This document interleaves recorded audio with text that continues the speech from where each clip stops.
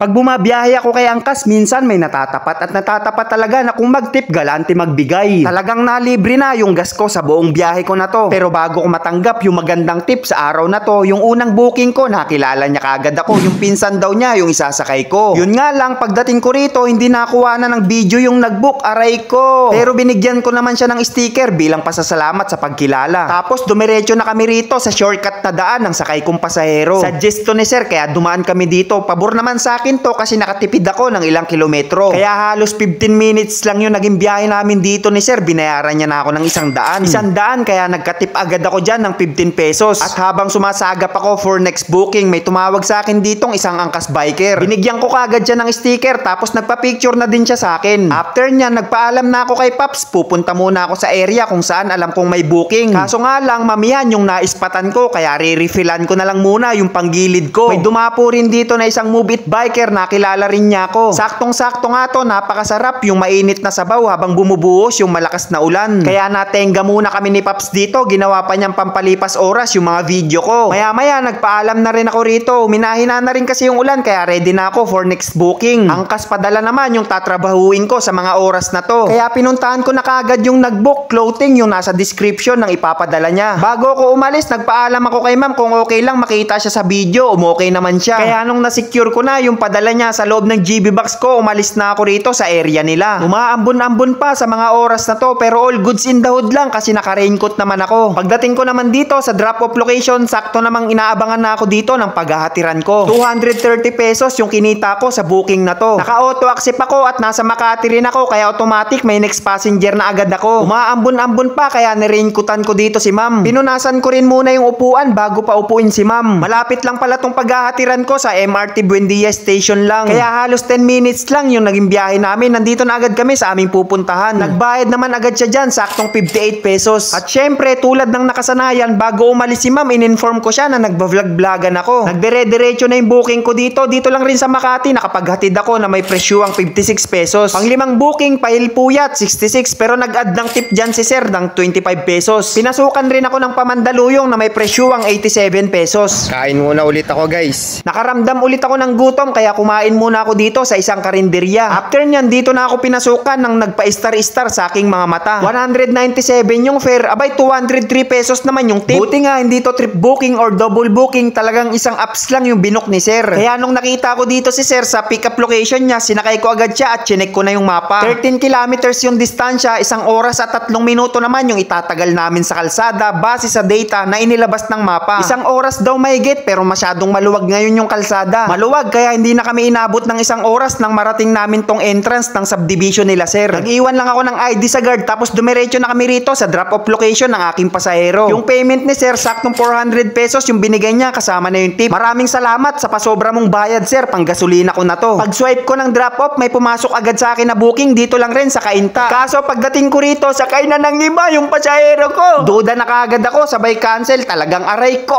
Pero goods lang, binayaran naman nila ako ng 50 pesos dito. May pumalit naman agad na booking, isang short ride dito lang rin sa may Cainta. Pagkakita namin ni ma'am, nagpatulong siya sa akin, bitbitin ko raw yung mga dala-dala niya. Kasya naman lahat sa harap ng motor ko, kaya komportable ko namang naihatid si ma'am dito sa bahay nila. Pinasuyo niya na rin yung mga dala niya hanggang sa pintuan nila. Pagkabalik ko, yung 50 ginawang 60 pesos ni ma'am. Salamat sa dagdag na 10 ma'am. Hindi agad ako pinasukan ng booking pag drop off ko kanina, kaya nagkape muna ako dito sa isang tindahan. Naka-open lang yung apps ko habang nagkakape, kaya pinasukan agad ako ng papunta sa QC. Malapit lang yung area nung nagbook, kaya mabilis lang kami nagkita dito ni ma'am. Shower cap at helmet agad yung inabot ko at sinakay na agad siya sa motor ko. Ni-review ko lang din muna dito yung mapa. Kahabaan ng Ortigas Avenue yung pinapadaanan sa aming kalsada. Rush hour na to, kaya may ilang mga heavy traffic kami ni ma'am na nadaanan. Buti na nga lang rin, hindi nagmamadali to si ma'am, kaya yung takbo namin talagang takbong pogi lang. Hanggang sa marating namin itong isang terminal na mga papuntang Pabulacan. Binayaran ako dito ni ma'am ng saktong 217. Binigyan ko nga rin pala siya dyan ng pangmalakasan nating sticker. At dito lang rin may isang pumasok sa akin na may presyuang 57. Kaya nung nagkita kami ni ma'am, tinaas ko agad yung braso ko para may gabay siya pagkasakay niya. Masyadong malapit lang tong aming pupuntahan. Sabi ng Waze, 10 minuto lang. 10 minuto na may layong 3 kilometro. Pagdating dito, taas ulit ng braso para maalalayan yung pagbaba ni ma'am. Inalis ko lang din dito yung helmet niya, 57 sakto naman yung binayad niya. Binigyan ko nga rin pala dito si ma'am ng sticker bago siya umalis. After niyan, nakapaghatid agad ako ng isang mabilisan papuntang Bertis North ng 63 43 pesos. Pag drop ko ng 11 passenger, nakilala ko dito ng isang joyride biker. Pumisbam agad siya sa akin, tapos humirit ng isang sticker. Tapos kwentuhan lang dito ng konti, pinasukan na rin siya ng booking, ako pinasukan na rin. Papunta naman ng Novaliches yung ihahatid ko ngayon. 132